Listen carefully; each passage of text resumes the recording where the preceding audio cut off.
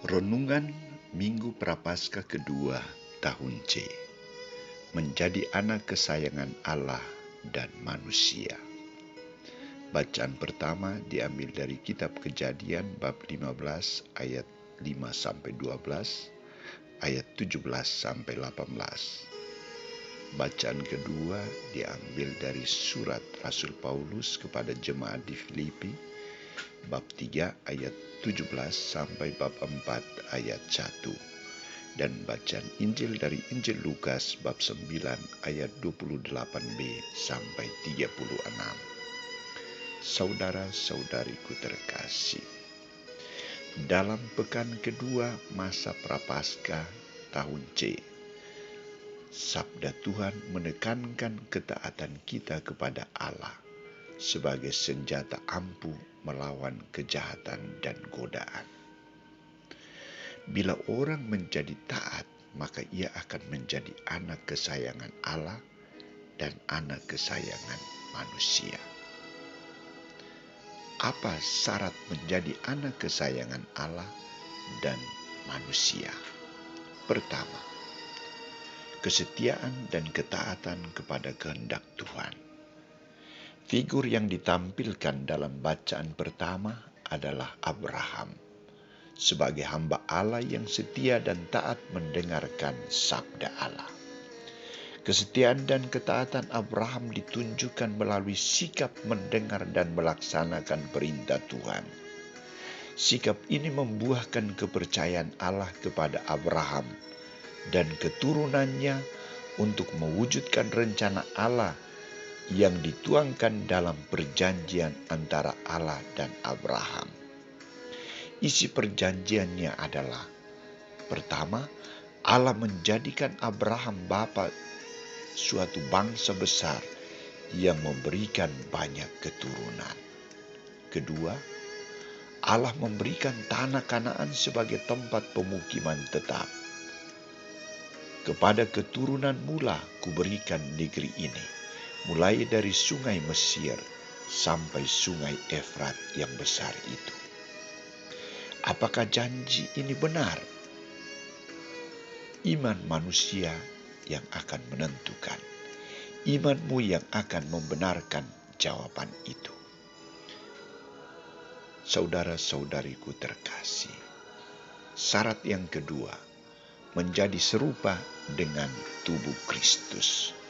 Dua hal yang dituntut Paulus kepada jemaat di Filipi adalah mereka selalu waspada dan hati-hati dalam hidup mereka sebagai murid Kristus, yakni hidup taat sebagai murid-murid Kristus dan tidak menjadi anti-Kristus, seteru salib Kristus.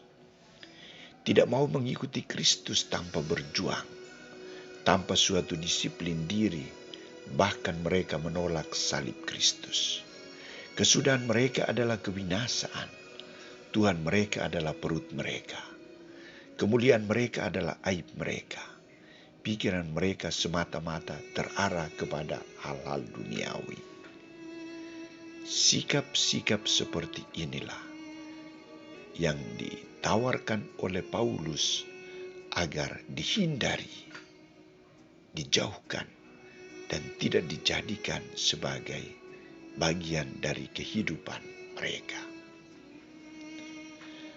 Maka hal kedua, Paulus mengajak mereka hidup sesuai dengan imannya. Hanya mereka yang mencintai Kristus dan yang ikhlas hati mengambil bagian dalam kemuliaan kebangkitannya, mereka akan menyerahkan tubuhnya yang hina ini kepada Kristus serupa dengan, supaya dia dapat mengubahnya menjadi serupa dengan tubuhnya yang mulia. Artinya, hidup sesuai dengan hidup Yesus, bertindak sesuai dengan tindakan Yesus, berbicara sesuai dengan bicara Yesus, mau mengikuti seluruh hidup Yesus, meninggalkan, mematikan seluruh ego, ambisi, kesukaan demi dan untuk Kristus. Saudara-saudariku terkasih, syarat yang ketiga menjadi anak kesayangan Allah dan manusia adalah patut mendengarkan suara Allah dan menyerahkan diri kepada Allah. Lukas menggambarkan kepada kita tentang situasi yang terjadi di atas Gunung Tabor. Rupa Yesus berubah ketika ia sedang berdoa. Salah satu ciri khas menjadi anak kesayangan Allah adalah terbuka dan selalu berkomunikasi dengan Allah Bapa. Sikap ini menunjukkan pribadi anak yang rendah hati, anak yang tidak mengandalkan kekuatannya sendiri, tetapi taat kepada kehendak Allah. Peristiwa wajah Yesus berubah memancarkan kemuliaan adalah wujud jawaban atas doanya. Kehendak Allah yang sekarang dibuktikan. Isi doa Yesus adalah penyerahan dirinya secara utuh kepada Bapa. Berkat penyerahan ini, Yesus mampu menangkap inti misteri yang tersembunyi dalam kehendak Bapanya, yaitu pancaran kemuliaan, pancaran kebangkitannya.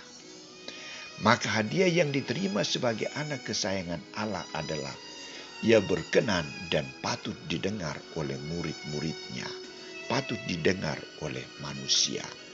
Inilah putra kesayanganku, dengarkanlah dia. Bagaimana tanggapan manusia atas seruan Allah ini? Para murid bimbang dan belum percaya 100% akan Yesus Kristus sebagai putra Allah yang berkenan di hadapan Allah dan perlu didengarkan. Dan bagaimana tanggapan kita atas sabda Tuhan hari ini? Saudara-saudariku terkasih, 3 hal perlu kita tanggapi sebagai wujud ketaatan kita, wujud cinta kita kepada Allah. Pertama, menjadi setia dan taat kepada Allah. Artinya, bukan hanya butuh Allah dalam situasi sulit dan bahagia, Ia meminta kita untuk terlibat sesuai dengan perintahnya. Kedua, menjadi serupa dengan Dia dan tidak takut memikul salib bersama Yesus.